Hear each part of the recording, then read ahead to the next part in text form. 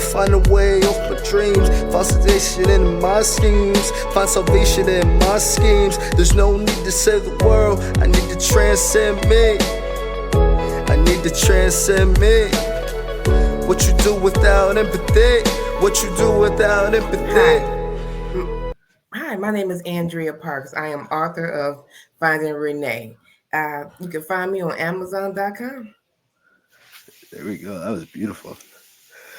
All right, peace, family. Back at it again with another episode of Author Discussions. You did such a beautiful introduction, Miss Parks. Or Andrea Parks, right? Finding Renee is the book. Correct. So, what was the inspiration for the book when you first got started with it? Well, after talking with a lot of women my age, I realized that a lot of people feel like they need to change. They've been mothers, they've been wives, co-workers, they have people lean on them, but they really didn't have anybody to lean on themselves. And they wanted a change. So I thought about maybe I should write about it. Maybe I should write how women feel. Society today, they look at women my age, 40 on up, as if we're the thing of the past, when really we just really getting started. So I wanted to represent that for all the women. That's beautiful. That's very, very powerful as well. That hits on something that I spoke about briefly in the last episode I recorded either yesterday or the day right before that, and how kind of the modern age of misogyny, and I can't say modern age of misogyny because misogyny is ancient history. You turned your microphone off, by the way. Oh, I'm sorry. Misogyny has been around forever, and trying to navigate that system, I think about that as someone my age. I'm about 32 right now. I worry about that more so for men far younger than me who are caught up in all this like terrible, just absolutely terrible male role models. You got a lot of dudes who got out of a divorce and they started a podcast instead of going to therapy. Yeah. There's way too much of that. So I feel like your book is very timely. Now, Yeah, I'm gonna be honest for the whole. I'm gonna be honest the whole way through for real. You're like, I wasn't expecting all that. I wasn't. But I find men my age, they're still playing games. I just turned 60, and I don't mind saying it. I enjoy my age every step of the way, and dating men my age, they still play games. They still want that other person. So you would think by the time we get to our age, we're ready to settle down. We finally figured out who we wanted, what we want. And that's just really not the case. And I won't say for every man, but for the majority of the people I've spoken with, some of the women doing my research for my book, a lot of them feel the same way. It's the games that they play. They don't want to be tied down. Now, granted, a lot of men would say, well, women are too independent. They want to do it their way. But what they don't understand is most single women have no choice. We have to do it our way because there's no other way to do it. But we will gladly relinquish the power to a man if that is worthy of us relinquishing the power too. So meaning Excited for this. meaning if you meet a man and he's of a particular age and you expecting wisdom, you expecting maturity, you expecting that he knows what he wants, that he's secure in who he is as a man, and he stand on that. So if a woman comes to him and he knows she's been single for a while, he should expect that she's strong. He should want that because that means that she handled her business and she is as equal to him as he should want her to be. But she should also be soft and welcoming and understanding. So what I find out as well is that both men and women of my age, we've gotten used to being single. So we don't really know how to navigate that relationship anymore because we've been this way for so long. So how do we merge that? How do we get comfortable with other people? So that is what my book is about. I'm trying to find my charger real quick. Just give me 1 second. I thought Okay. I was plugged up. I don't want my laptop to die on you because everything you're saying is very powerful right now, and I feel like a lot of people can relate to that. I feel like a sense of optimism in a way, but also a sense of just kind of like, damn, you know, because it's like what you're saying is exactly the truth, but it's something that I feel like with my generation, that's like overall what we kind of expected, like from our parents, what we expect from, the institutions that play Mhm. in society, is that you're hoping that fingers crossed people know what they're doing, that they're competent, that they're experienced, they're wise, they Mhm. know what's, but we're just human. We're Yeah. all just human, and we Yeah. just get older, and like everyone tells me the time goes by before you know it, and it's It like does. that's not a lot of time to learn. I It's feel not. It's not. we It's have it like flies by fast. I feel you. I feel like people have, because you hit on the aspect of what women expect from men.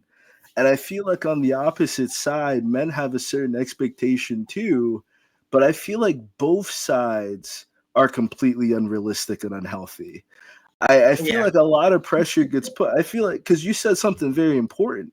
You're like, they're complaining about a woman having to be independent, but it's from my perspective, the way that I was raised. I'm not talking about society, Mhm. I'm talking about me as an individual. Mhm. A woman is a human being. A human Yeah. being still got to feed themselves. They still got bills to pay. They still need Mhm. housing and shelter. A human being don't want their mama, their dad telling them what to do in their own house, how to, like, Right. at what point in time do we accept reality for a lot of people? And I feel like both Mhm. sides just remain completely disillusioned within the relationship. Because I feel like it's almost like this, it gives them a justification as to why they are single. I'm talking about Yes. from like the masculine side, because I've only ever been a man. I've never been trans or nothing like that. God bless their soul, but I don't Mhm. relate to it. I feel like it's like you want it's like you can't have both sides. You can't Mhm. have the narrative that you got mommy issues, your mother wasn't completely loving, your mother wasn't super nurturing, your mother was Mhm. tired, stressed out, and trying to do her own thing. But then you're expecting a grown woman to be the opposite of that. If Right. that was your experience, that's what you Right. should expect. But on the opposite side, it's like you expect that just because your mom held it down, worked. My mom didn't have to work Mhm. multiple jobs, thank God, but my mom worked full time. My mom was an Mhm. electrical engineer for the army. So she was Okay. busy. She worked Mhm. before I She woke up, was. she was gone. When I got home from school, she was still working. She got back later. Later on, when my parents got divorced, I was the one making dinner and stuff like that. Cause it's like, if I don't cook, I'm not gonna eat. You know, so it's like Right. I had to learn how to cook. I had to learn how to clean because she was busy. It wasn't like she could play this archetypical caricature of being a woman, but then Right. also keep her lifestyle that she wanted for Right. me be damned. Her own life. It's like we're living in a world in which women don't want to be. I said this in my last show too. So for this might be new, but for the people watching, they might have heard this before because I say it a lot. Mhm. That nobody want to be in a relationship just getting abused and mistreated because No. of some stuff you should have went to therapy for. It's like, yeah, I don't feel like women are necessarily independent. I feel like women are in a state of shared trauma and they don't want to go through Mhm. any of the stories that they heard. You Right. know, And that's it my really 2 cents. But I also think too that society plays a huge part Absolutely. in the aspect of relationships, just as it does with sports. Society has it where if you want to make it big, you either have to be a rapper or play some type of sports. Well, in the world of relationships, you have all these reality shows, and they show such a glamorous aspect of it, and then they give snippets of what is really true. One of the things I always tell everybody, regardless of what type of relationship you have, communication is huge. You have to have communication, and you have to be honest about who you are. And that's another reason about finding Renee is she had to be honest about who she was. She had to go through the whole feelings of what she buried deep inside that she needed to heal from, because she didn't heal from them early on. She just blocked them. And that's what a lot of people do. They block their feelings, they block their pain and move on and feel as if they're healed, but they come out in different scenarios and Yeah. typically in different relationships. And if you find out that you're having the same type of relationship and it's never growing or it's not getting better, or you choosing the same type of women or the same type of men, it's probably stemming from that hurt that you buried Yeah. deep inside, that you're trying to pretend is not there, but it's seeping out. And I think that part of the healing is what's the saying, to thy own self be true. We have to, therapy is huge. I Yeah. love therapy, and you need somebody that you can talk to and be completely open with. We like to say that we are open books to our friends, to our families, but deep down inside, we're not. We're not, because we don't want everybody to know the real truth about us, the whole Facts. nitty gritty darkness about us. We just want them to know what we want them to know, which is fine. We all do it. But when you have a therapist, they don't know you like that. They're not judging you like that. All they want to do is help you heal. And the best way to heal is to just be honest. Talk to a therapist. Tell them what you're feeling, what you've gone through, and how they made you feel, and how did you react to it. Did you? I knew somebody who was assaulted by a family friend, and this person kept it hidden for years, and didn't even A lot of realize people that it do. was an assault until she saw it on TV where it was described. And she had the realization that, oh, wow, that's me.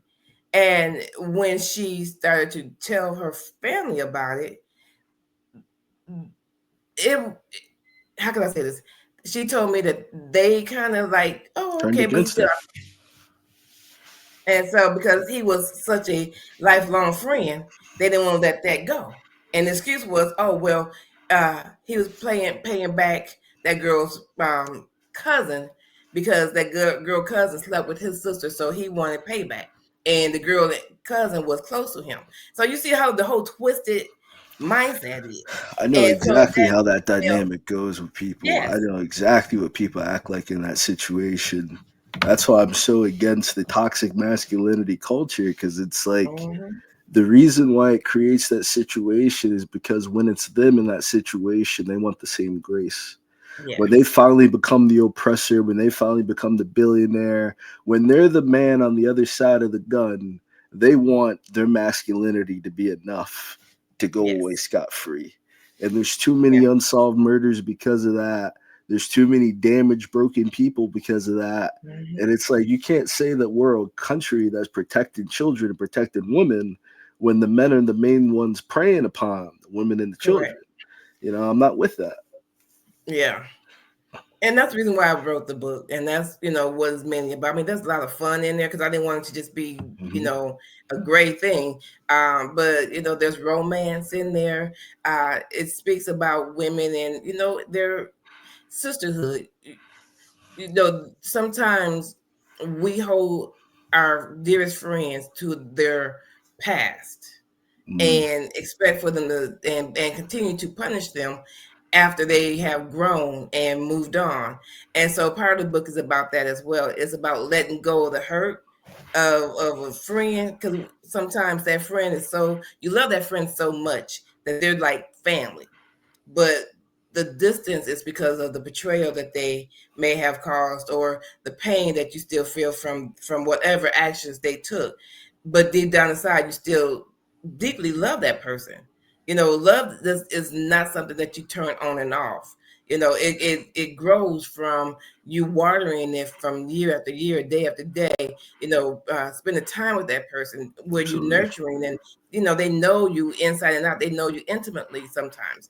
And so what I wanted to do is let women know that it's okay if you have a friend that you love deeply, like a sister, and she betrayed you years ago when you were kids.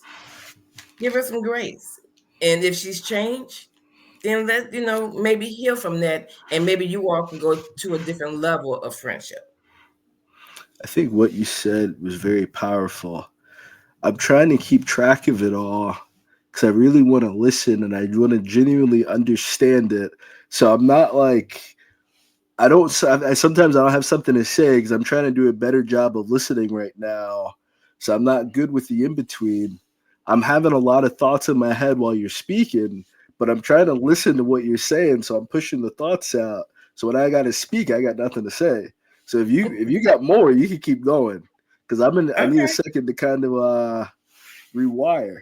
I would say Okay. this though, forgiveness is something that you have to do for yourself. Forgiveness is Mhm. not a gift that you give to the other person. It's you blessing yourself. And I think a lot of people, I wouldn't say a lot of people, I would say many people that I know. I was having a conversation rather recently that just made me think about.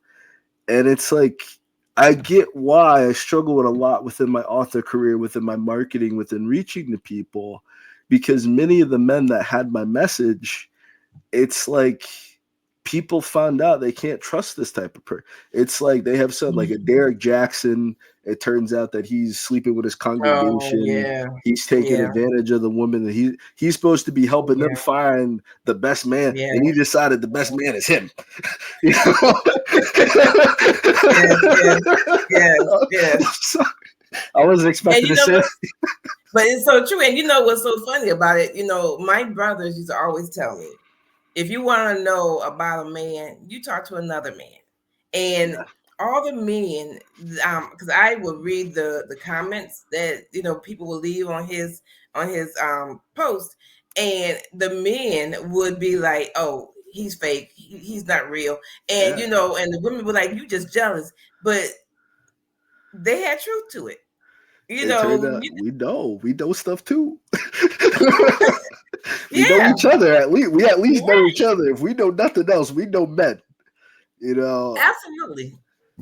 oh And for so I real. think that it would be wise if we listen to each other, because I have a younger brother, and he comes to me like if he's met someone, he'll talk to me about her, and what his thoughts are, and and sometimes I listen to him and I'm like, what are you doing? What are you thinking? And I had to tell him, we don't think that way. We are Oh my emotional, god. and we want to. You could tell us all day long who you are and what you do. We are not going to believe that, because we believe we could Let me change see. you. Let me. Right, right. So I told him, I said, you have to show by actions. So instead Yeah. of just saying, hey, I'm XYZ and this is what I do, and they like, oh yeah, but you're so kind, and I think that we can make this work. But if I'm not ready for a relationship, I'm not ready for a relationship. And so I had to tell him it's okay to say, you know what, I respect you enough to push back and say, I'm not going to deal with you in an intimate way, because I don't want to be the next person to scar you. I want to set a precedence to show you that, hey, this guy is really a good guy. He's just not ready emotionally for me. So I am going to respect him as well. And sometimes that works, and sometimes he'll get people who say, oh, you thirsty, or you a buster, something. So you Hey, get on all spectrums, to be quite honest. And it's hard to really, I mean, experts have been trying for years to figure out relationships and how it works and how to bring us together.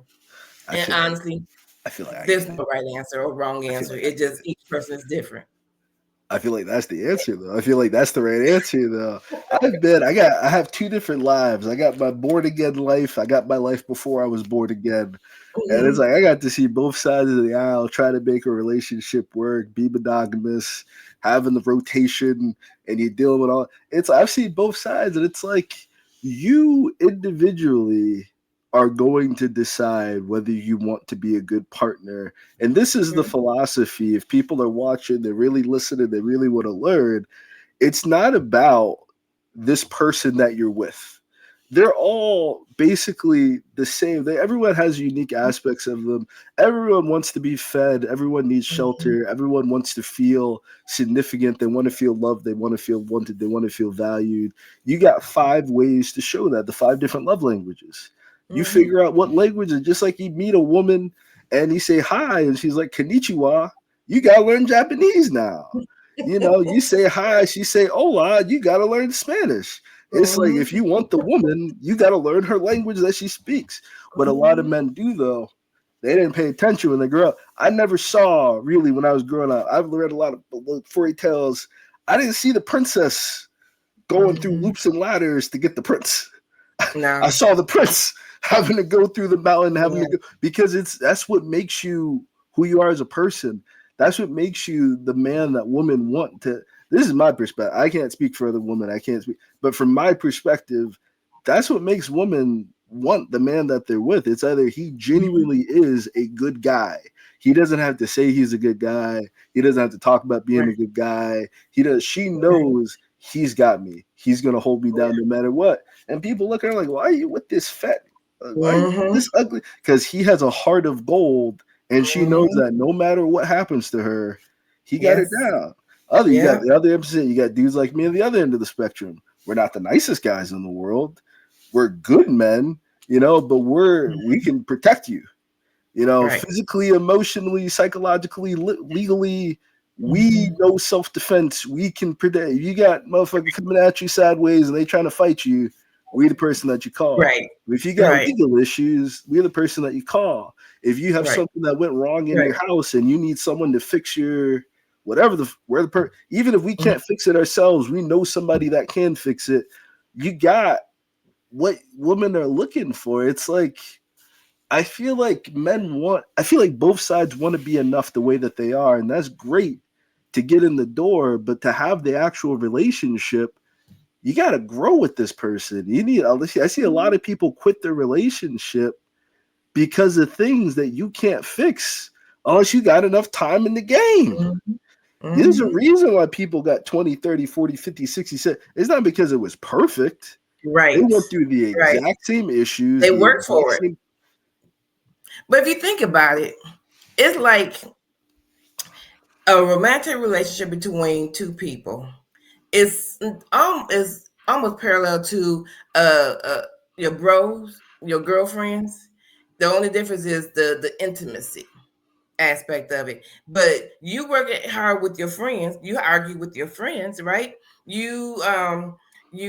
change. I think it's different. It's a lot different. It's different. It's way being male friends and being in a relationship with women is completely different. I got a girl now. I have a family. I got a kid. I have never given this woman any signs that we were romantic. I've never given this woman any signs that we were intimate. She is not speaking to me because I did not respond to a message that she sent me on TikTok. Oh, wow. I don't got nothing to do with this girl. She knows she got a boyfriend. She got a whole man. It's not like that with I got dude friends I haven't spoken to in years. We just text, yo, what's up? Hey, what's up, bro? It's complete. It's so the standards for being a man are so low. The standards for man, because most men are lonely. Most men don't have any social contact like that. Most men are working a job that they hate, or they don't have enough money to do anything that they want to do. Most men are in competition with you. That when you meet men who genuinely care about you, they genuinely are your friend, you're willing to forgive anything that this man does. This man could commit murder, and he's still a good guy. Just because he says hi to you. Just because it's like, I don't think women really understand what it's like to be a man at all. I'm not saying one is harder, one's easier. We have to have some form of empathy, but no, you never really will. No, I would as much as I try to empathize, I will never really understand what it's like to be a woman as much as you try to, because it's like because then again, like, we're just human at the end of the day too. So everyone's experience is completely different. It's like we have to get to know people at an individual level. We can't paint it with this Black people go through, Black women go through. It's like black women are not a monolith. Not Right. I every mean, black. it's everybody go through it. Doesn't matter what color, what race, what That's my religion. perspective. We're Americans. Everybody go through it. It's because we're human, but it's also Exactly. biblical. So I want to take it back to something you said earlier. Let's go. As far as men, I was raised, of course, this old school, as they would say, but men were the ones that did the chasing, and how the Bible, and I'll probably get some pushback on this from your listeners, but No. how the Bible speaks I doubt on it. is I'm pretty sure they love you. So this is this is that kind of audience. These are the people that are waiting to meet somebody like you. You know, the people who do actually watch, the people who do actually view it, they're waiting for this. Because they need to see conversation. Exactly. I mean, it's real talk. It's real talk, and back to the biblical, how God set it up is the men were created to be the chaser, if you will, and the women were ones that were created to be a helpmate. So we about to solve the whole crisis. We about to solve the whole black family crisis tonight because the thought you put in my head. Go ahead. But we fall short because of ego. Yeah. Because how society has changed, and if you think about it, it starts off with slavery and how they separated the men from their wives, and the ones that they didn't separate, they made them watch, or they knew that they were assaulting their wives or their daughters, and so I'm sorry, they were cuckolds. Yes, they were either men who were going to fight back. Yep. Because you were assaulting his woman and assaulting his child, and he was ready to die over it, or he was going to get along. Yes, you got a lot of those. You got a lot of those. But it's survival because many of us would not be here had they not, and so it was survival because they wanted to live and they needed to humble themselves. And I'm sure I've never been a man. But I can only imagine the how they must have felt having to deal with that, and not only that, but then how the whole relationship between them and their mate afterwards, because many of them were pregnant and they knew it wasn't their spouses, and so they had to deal with that as well. But my point is, starting with slavery and then to today, the black family has been broken up over and over and over again.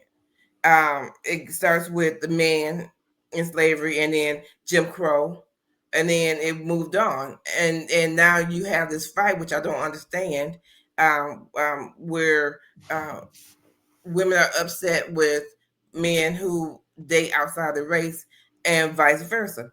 I'm like this: if you find true love, it doesn't matter what race they are. If you find true love, but if you're just doing it just because you feel like a black woman is too much for you, then what you're saying is your mother's too much for you, and your sister's too much for you, and your aunt is too much for you because they're also black. And to generalize that is insulting. And we should be saying that black women, we stand with you because we know that the world is pushing down on your shoulders. Because what we all witnessed with Biden's election, black women gonna come and they gonna support. That's always been our DNA. We're gonna fight for ours. How many black women still standing 10 toes down with their men in prison for years? I know somebody who's done it for several years, for decades. Yeah. And so, and did it proudly because that was her man and she stuck by him. And here's the thing. I can't say yay or nay if it was something I would or wouldn't do because I was not in that situation. But if it's true love, if it's deep love, you got to do what you got to do.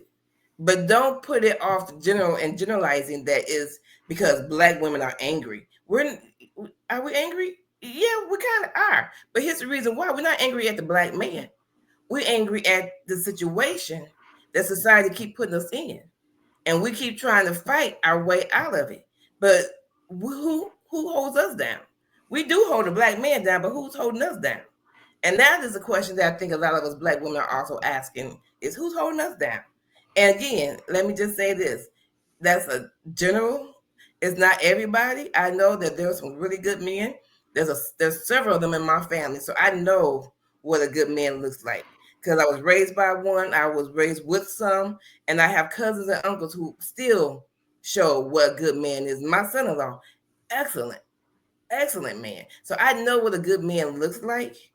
It is just a matter of what we're willing to accept. For us women, sometimes we rather deal with men who would treat us bad, disrespect us, cheat on us, just to say that we have somebody. And we ought to think highly of ourselves than that. We are queens, and we can't say we expecting kings if we don't think of ourselves as queens. So if we're gonna consider ourselves as queens, then we should govern ourselves accordingly. We should expect. I would rather be alone than be in an abusive relationship. Absolutely. And I think that a lot of women are afraid to be alone. But here's the thing: when you're alone, guess what you get to do? You get to know who you are. You get to grow. Excuse me. You get to then say, okay, this is who I am, and this is what I want. Because now you really know, because you spent that time, that quality time with yourself. And I think for both men and women, it's important that you do that. I feel like what I'm about to respond with is going to fuck your head up. So excuse my language in advance. I feel you hit on something that I can't ignore that I've seen with many black men. Black women are the primarily reason why these men are traumatized. A lot of these men that end up in prison, they got black mothers. A lot of they don't got a black dad, especially if the dad left early on. The reason why a lot of these men left the relationship is because how black women treated them. I think And you I hit think it on it's something. Hold on, let me finish. I think you hit on something very important when you brought the entire history of this dynamic out. This is something that I realize now, and I feel like I've realized for quite a while because I got to educate myself about our history. A lot of black people don't know their history. A lot of black people don't want to learn their history. They want white validation so bad, especially if they're in all white spaces and they feel like they need to survive and fit in with whiteness. They develop a very Eurocentric mentality that does not involve healing the actual reality that black people have gone through. You are dealing with women that have gone 5 to 7 generations without a man in their family. yeah, You know, it's not a matter of the during slavery, you weren't allowed to get married. During Jim Crow, even if you were married, correct. they may not recognize your marriage, and you weren't allowed to show public displays of affection. You also Sure. had to keep your kids from being murdered and killed by white people. So you had to Mhm. raise your kids in a type of way in which we call it abuse now in 2025. Mhm. We may not raise our kids like that now, but the remnants of that still remain. They say the whitest thing you can do is beat your kids. There's a lot of kids that are growing up psychologically trying to understand, why are my parents the primary ones treating me like I'm an animal? And it's like a lot of black people are still getting through this post-traumatic slave disorder. They're trying to get through this narcissistic abuse of how we were genuinely treated in this country. And to survive in a lot of these white spaces, you can't talk about your trauma as a black man. You can't talk about what you're going through as a black man. And I would say a lot of white boys might kill themselves. A lot of black men end up in prison because the societal pressure to provide, the societal pressure to Mhm. be a man, the not just to be a man within yourself. We need to really redefine what masculinity is for a lot of these people, Mhm. because it's not just a Eurocentric, because we're not murdering and killing people and stealing their shit to survive. That's a Right. white thing to do. A lot of these black men, that I made a video about this earlier in the day, a lot of these black men in the prison system, they are coons. These are not outstanding black men. These are not representing most of black society. These are black men copying white gangsters. They're copying the Mhm. Italian. They're copying the Irish. Every single European group had an organized crime mafia. They're copying whiteness. They're copying European conquest. They're copying being the oppressor and being the colonizer.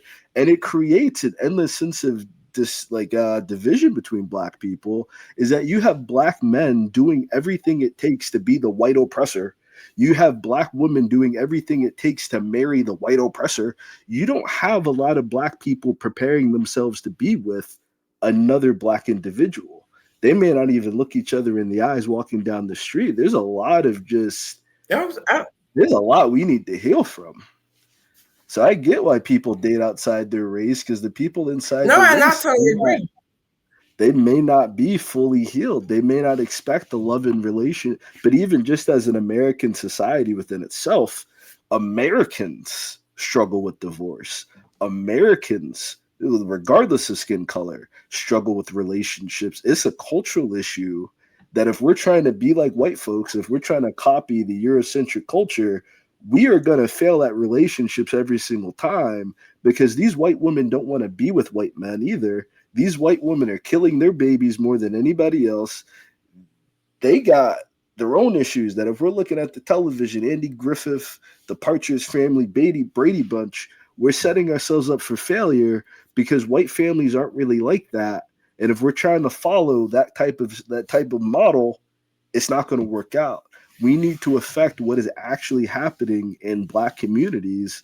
And that is that there are a lot of black men whose they feel personally that they live within a matriarchy, and black women were the one, and it's not all black women.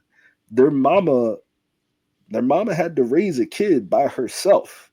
She probably resented being a mom. Can you empathize with that? Yeah. Years later, 20 years, 30 years after the fact, you can empathize with, my dad was a deadbeat. Not my dad, my personal dad in real life, in case he sees this. You were great. Thank you. Thank you for doing the best job you could, Dad. My bad. But I do see the deadbeat fathers. I do see the kids being raised alone. And it's like the mom's not there, the dad's not there. You got babies just growing up alone. And it's like, I don't know. It's crazy. It's really crazy. But let me push back a little bit on that. It's the mother's fault. I'm not saying, no, I'm not saying. That's not what I'm saying. Okay. I'm saying that is their perspective. Okay. So even with that perspective, because we also say that women will have that same perspective as well, because they lived in the same household, right? Where the fathers were not there and the mothers had to deal with working and handling business. So I've seen it where men who were born and raised in a single family home, mother held her down, was strict. You hear the stories all the time between athletes and actors, and they talk about their past and how they grew up and how rough it was. But they figured it out. I think after a certain age, we have to push back on blaming anybody, because at a certain age, we have to take accountability for our own actions. And we have to be able to say, hey, I got some issues and I need to deal with that. And that at that point, you can no longer blame your parents. You have to say, okay, we don't know what our parents went through and to make them who they are.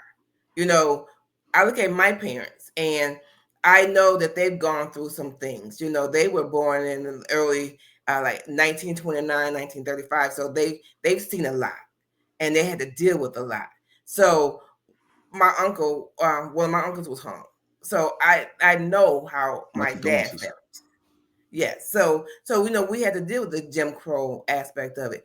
So it did not make me the next generation, because I'm a 60s baby. So I saw some things and I dealt with some things.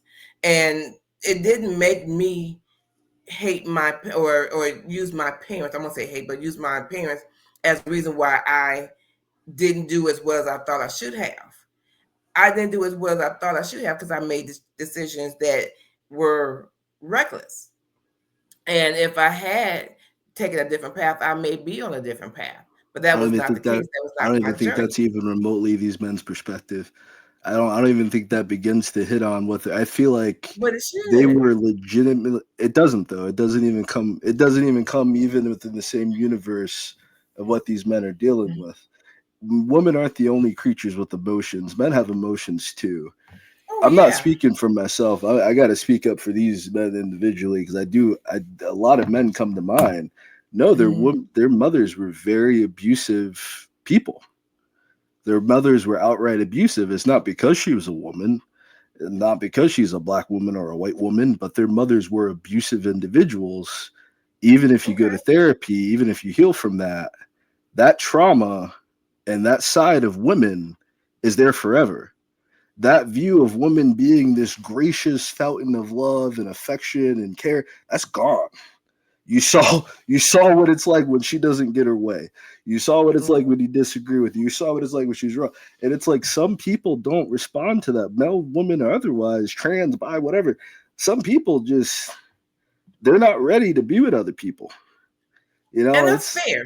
it's not the gender thing for a lot of people needs to go away because it's very confining and it's going to stop a lot of people from really empathizing with the other side because it's going to be, well, the men in my family or the men or my perspective of men deals with things this, my perspective of women deals with, and it's like your perspective is something that needs to expand and grow as you grow older. And as you know, Absolutely. you recognize, I'm not Yeah. usually speaking, I'm usually talking to someone my age or a little bit. So I appreciate this opportunity as well. So thank you for listening. But it's like, no, like what they're going through, if a woman had gone through it, I would understand why she wanted to be single. And it's like a lot of women don't have any form of sympathy or empathy. They don't give a fuck about men. They don't care about how men feel. They don't care about how a man, they don't care about men at all. They outright hate men. And they feel like But you if have a to, man can't be an ATM, he has no value. They don't want to get to know him. They don't want a nice guy. They want a rich guy that treats them like shit so she can buy the things that she wants. That's how a lot of these young men view women. and that's fair because society has put it out there like that, where the women want men who have six figures, uh, The are going to do this 666. and do that, and reality is that's not going to happen for 99.9% of them, and we all know that it's a fantasy that Not all of is us know being that. portrayed. But it's the same. I mean, but we can flip the side with the men as well, because you know, Absolutely. you know, dark skinned women like me, you know, that's not something that men look at. They want something lighter. They want something younger. They want somebody thinner. Uh, they want somebody who is going to give them the allure of that they got it going on. Um, Instead of wanting somebody who's going to help hold them down. You know, when men are ready for women like me, when they sick and broke down and ain't got Mm. nobody to take care of them, and now they want somebody they know that the good women is going to be there for them. So now they want to make them their wives because now they need somebody to take care of them. I feel like And that's why old creepy men seek young women who have never been with a man before as well. Is because they right, want someone to finally take care of them.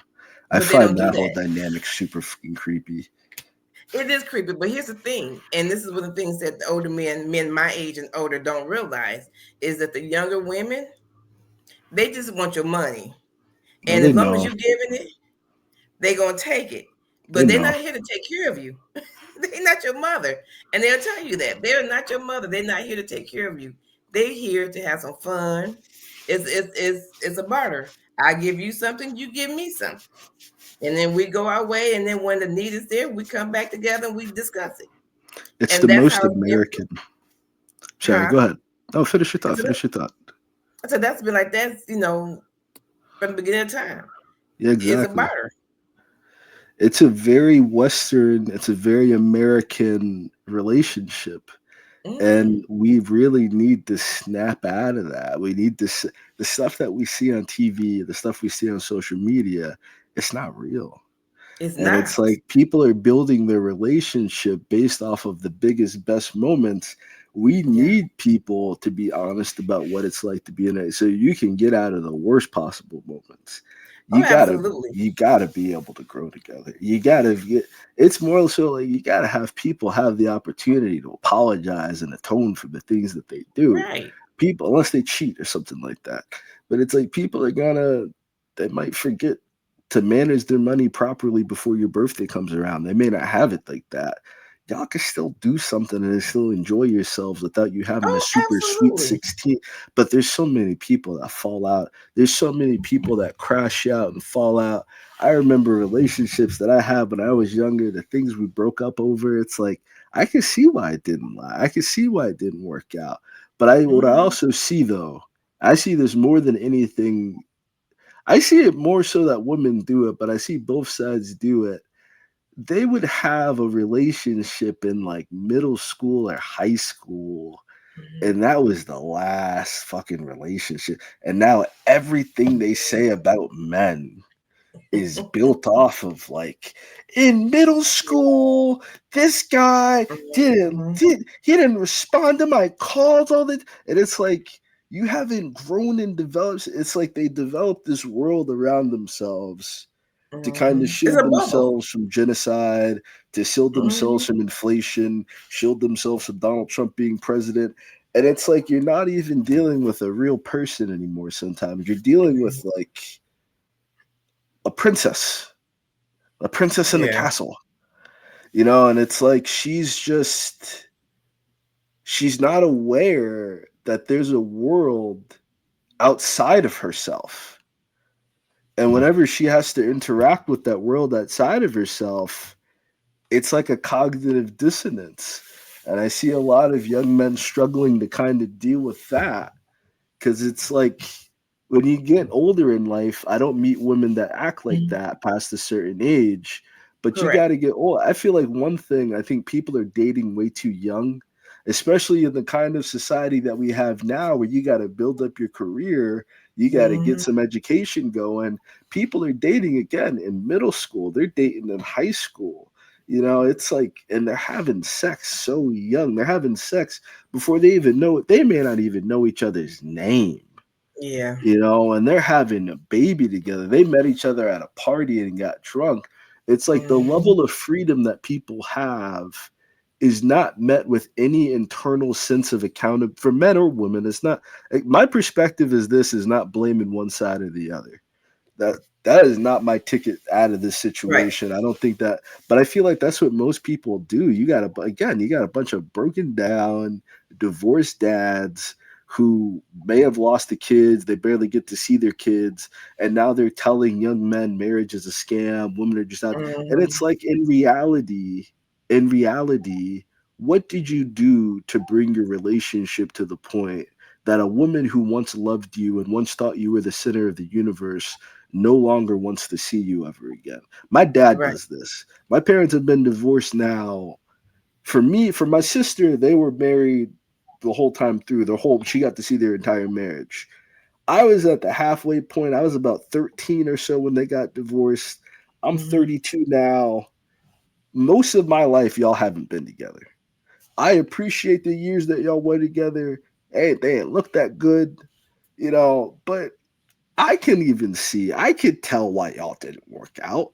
I could see as a young person why the relationship wasn't going to be successful, but both of them are in this. It wasn't me. I didn't do anything. It's his fucking fault. I hate him. It's like, but they're best friends.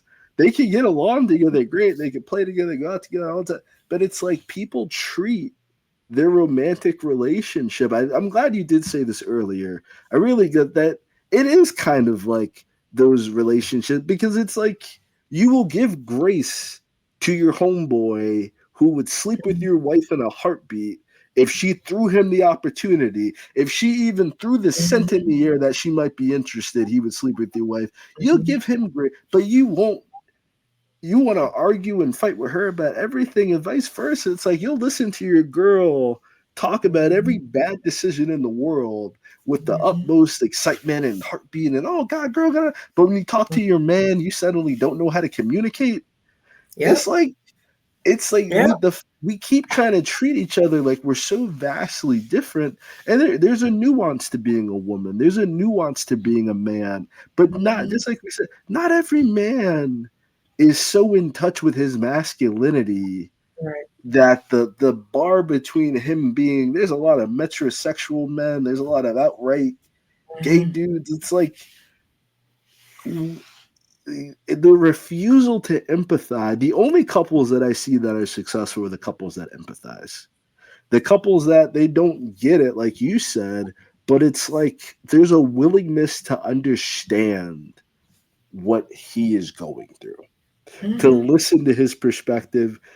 And it's not, I don't see men doing that. I do And then see, there's some. I don't, there's not a lot. I genuinely believe that all men are misogynist. I Oh. listen. I haven't always thought this because it's the same thing with all white people are racist. There are Mm-hmm. definitely some white people who don't see themselves as racist. There's Right. definitely some white people who don't see themselves as white supremacists, but you still benefit from the system of racist white supremacy. You still Yeah. benefit from global colonialism. You still Yeah. benefit from the patriarchy. You still benefit from being able to call a woman crazy, that we don't really understand why a lot of these divorces happened, why a lot of these relationships didn't work out, because the Mm-hmm. woman was gaslit. Anything that she went through, that's just culture. That's just how it is. And then the man is always, it's like, I don't believe that you can be the master race and Mm-hmm. constantly be a victim. You Right. can't be the Right. leader of the household and also if she honestly disrespected you, you can bring that up and you can talk about it. You could put your foot down. But if you're actually the leader of the house, you already know that you could do that. You don't need her Mhm. permission for it. It's like Right. I see women following the men. I do see women taking the man's lead. I don't see men really recognizing that women just give back energy. Women Mm-hmm. aren't, when they're dealing with men, they are not necessarily bringing out a brand new playbook. She's looking at you and she's giving back what you're giving 10 times. So when she's Mm-hmm. being disrespectful, where did that disrespect originate from? When she's being difficult, well, when did she ask you to do what she asked you to do, brother? Like, it's like, And the thing, go ahead, go ahead. I guess, if you don't mind me interrupting really quick, No, please, when a I'm good. woman's like Thank you. that, she's fed up and she's fighting for her relationships. It's when she's quiet, because at that point she's done and Mhm. she's planning and she's getting ready to move on. And Most I've of the seen time, it happen. I've done it. Once you quiet and you no longer fussing, you no longer fighting for it, I don't care it's anymore. because you've given everything you can, and at that point you're done, and you've already started planting the seed to walk away. Now, if it's just a relationship and you're just really starting out and you really get to know each other and you find out some things and the inconsistencies in conversations, and the games, you don't have much to move on. You just you move, you just move on. You You gotta don't protect owe him yourself. any explanation as to why you're moving on. He knows deep down inside. He knows. He knows that he's been playing around, and you don't have to bring it up to him and say, you know what, you cheating on me. You did this. You did that. You do it. One of the things my pastors say, I have said in the past, if you want to know what a person is talking about, keep them talking. And when they keep talking, they tell you more than they think they're telling you. And Absolutely. that's how you find out a lot of things that have happened, because you get comfortable and you start to talk and you talk too much. And another thing, women are cats. We're very deceptive. We can creep and we know how to kind of move around stuffily. Men do not. We're Men dogs.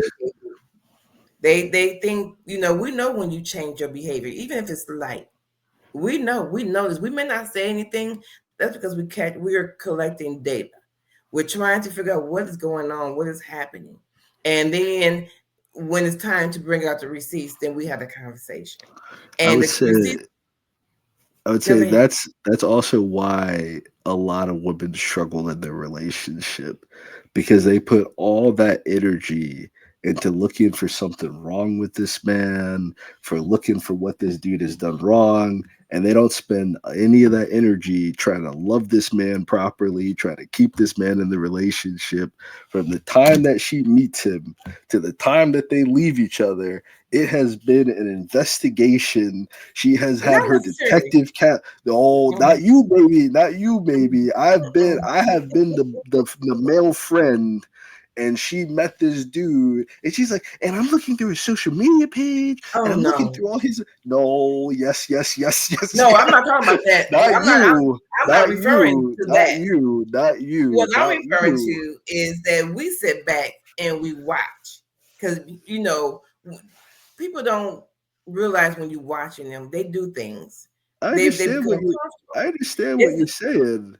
I'm I'm saying not that they saying don't. They because don't. They don't utilize that to re-engage in the relationship.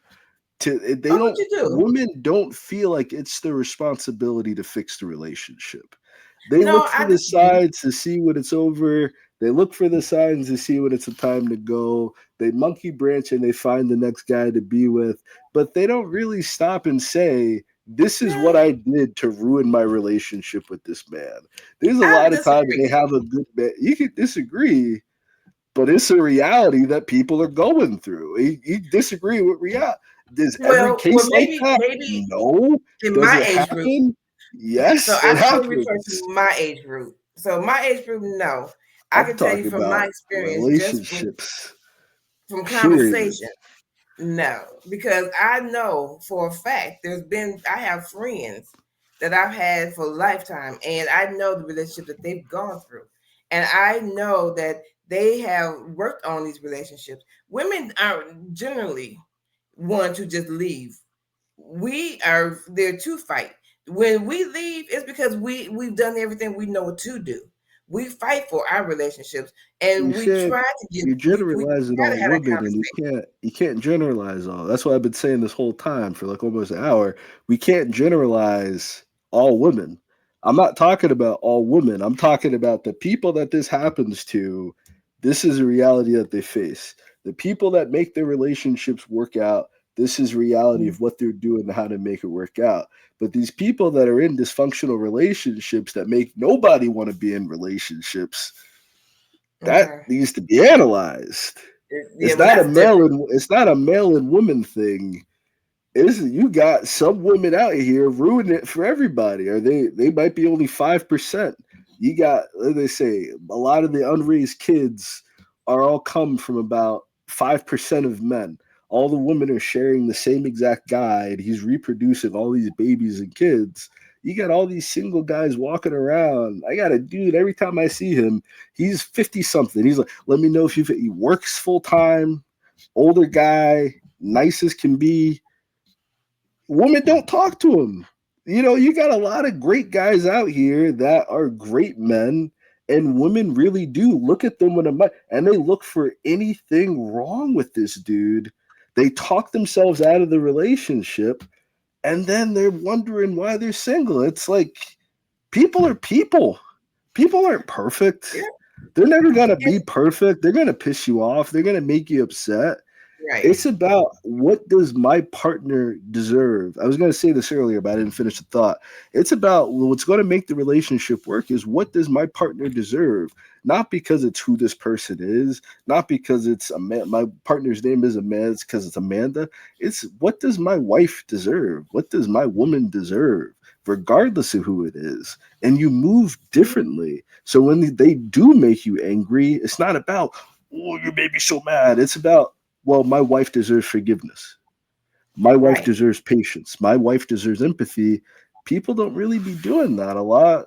I can't say a lot, but you watch the Pop the Balloon, and those are a younger group of women. Those are like 40 and under, but it is a younger group of women who you would have to meet to date, to marry, to get to the point that you have a 20-year-old, 30-year-old, 50-year-old relationship, and they seem to want a very materialistic, one-sided relationship that does not involve that man being a human being. He's just either a checklist or he's an ATM, and they feel the weight of that, and men don't, they don't seek that out. It's a very dehumanizing experience. Not Well, everyone I is mean, like that. but you have to also think about the maturity level. If you are a 50-something-year-old man and you going after a 20, 30-year-old young Yeah. woman, the age gap right there, the maturity. He's not looking for a mate per se. He's He's looking looking for for someone that he's he looking for can a grow sex with. slave.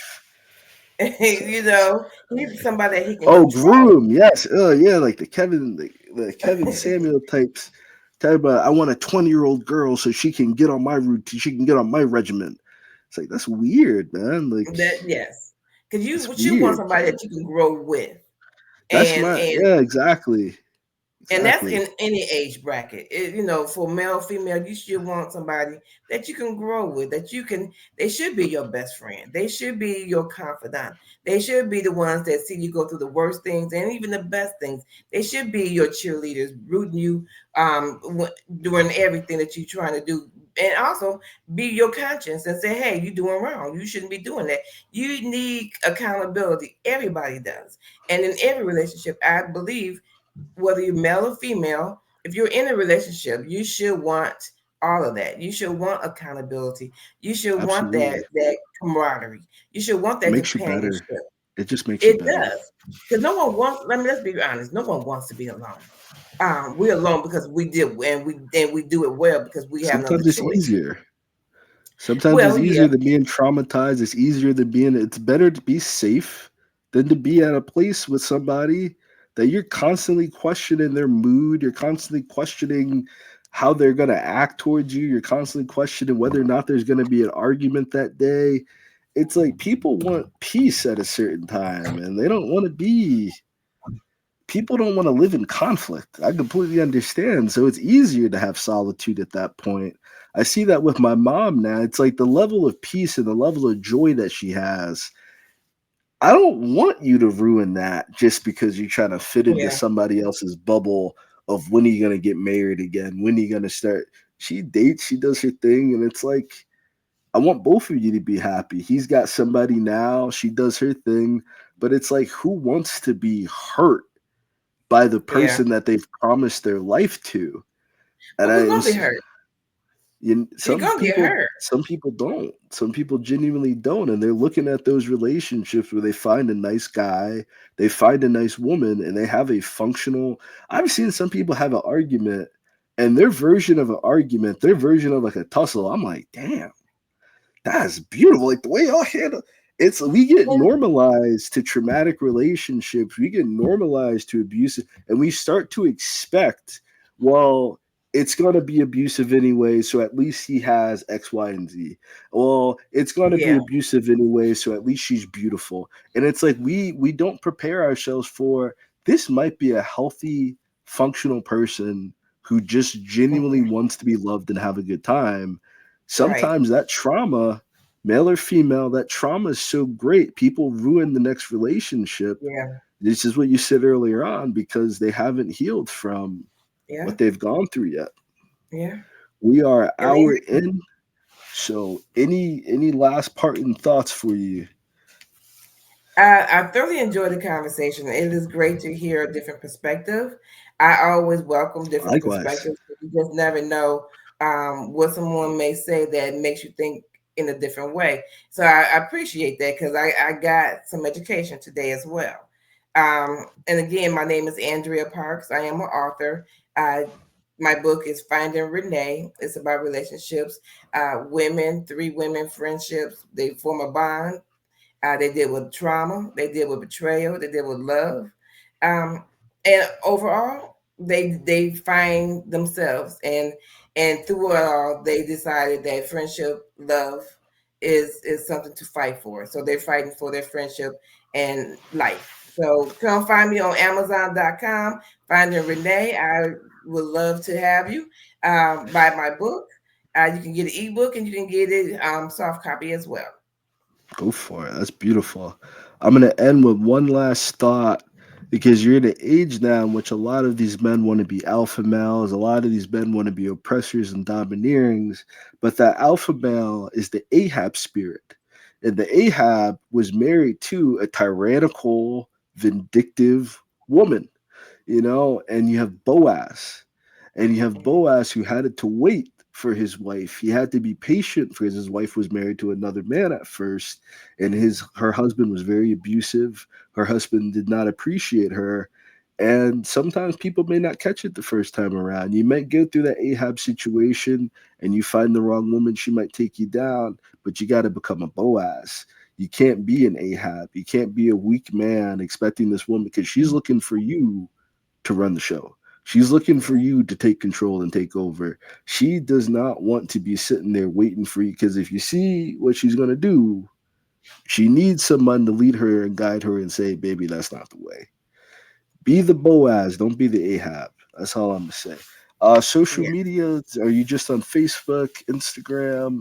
I am on everything. Facebook, I am on that as well. And I can give you the information. Send it to me and I'll post it when I do the description for the video. Okay. All right. I Thank you so much absolutely for will. your time. This has been Thank you as absolutely well. incredible. Enjoy the rest of your evening. God bless you, and I pray for the great success in your book. Oh, there's actually one thing. The 100, the 100 thing, the 100 post. I think we talked about that for a second. So this is not going to take a Mhm. long time. You want to look at your content about a year in advance, and you either want to be posting every single day, or you want to post realistically every 3 days or so. You might be able to get a solid piece of content out. You want to front load that in advance. You want to Okay. schedule that on business.facebook.com, and you can schedule out 100 posts. That way, your marketing is covered for the next 3 business quarters. You can analyze that data about 90 days. You can do 92, and that's like one per Mhm. day for 90 days, for 100 days, for 3 to 4 months. That's not that bad, you know. But Mhm. front load the content, analyze the data that you get from the content, all your favorite posts, and see which platform has the best results. It might be YouTube, it might be Facebook, it might be Instagram, TikTok, Threads, Pinterest. For your book, Pinterest, if you're not already on Pinterest, Pinterest is where the ladies are at. Okay. They will eat that book up. You got to know where your Okay. audience is, but treat your marketing like market research. Every campaign you do is just research. And once you Okay. have a good campaign, you have a solid blurb, you have a solid book, and especially since you have the one book yet, then you go to Amazon ads, you advertise it on Amazon, Mhm. and you're going to reach your target audience. Try some different, you got to do the market research for free for no money. So when you do the advertising, Yeah. you're not spending hundreds of dollars to reach the wrong people. When you're Right. doing your social, you could try different hashtag groups. So you could say women's fiction gave me the best response. Maybe contemporary romance gave me the best response. Mental health book gave me the best, self help. And you got to just break it down. You start with a niche group. You might have 5 different hashtags there for different Okay. stuff. One might win over the rest, and then you break that hashtag down into 5, you know. But Mhm. just market research, Mary. If you have more questions for that, I don't want to hold you up, but we were supposed to talk about this 45 minutes to an hour ago, and I didn't want to walk away. One more thing too is Gumroad and PayHip, because Amazon takes about 70%, 60% of your money. With PayHip and Gumroad, you can sell your books and you keep 90%, 99% of the profits, depending if Okay. it's an ebook or print book. For print books, you have to also charge for shipping, you have to also charge for Mhm. taxes. So that raises the Mhm. prices of the books as well, but you would keep the majority share of your income. Buy your books, resell your books. Don't just sell them on Amazon. Buy your books from Or buy don't. the go I sell them through perfect. my website as well, and Perfect. I Keep your sign them money and I mail them out. and then charge them extra for the autograph. You have I one do. price for the regular book, another price for the autograph. Hey, take time. Take time to Yeah, autograph a book. it But does. It God does. bless you. If you ever need me, I'm around. I pray you Thank the you. best in everything that you do. I pray for your success and Amen. victory. Thank you for talking with me. This was a beautiful conversation. I Thank you think for I think having me. I I feel appreciate like it. we solved the whole issue. If people want to have great relationships, this is the conversation they need to listen to. Well, I hope But they do. I hope they really get something out of it. And thank you. I really appreciate this. you're so And you have a welcome. blessed day.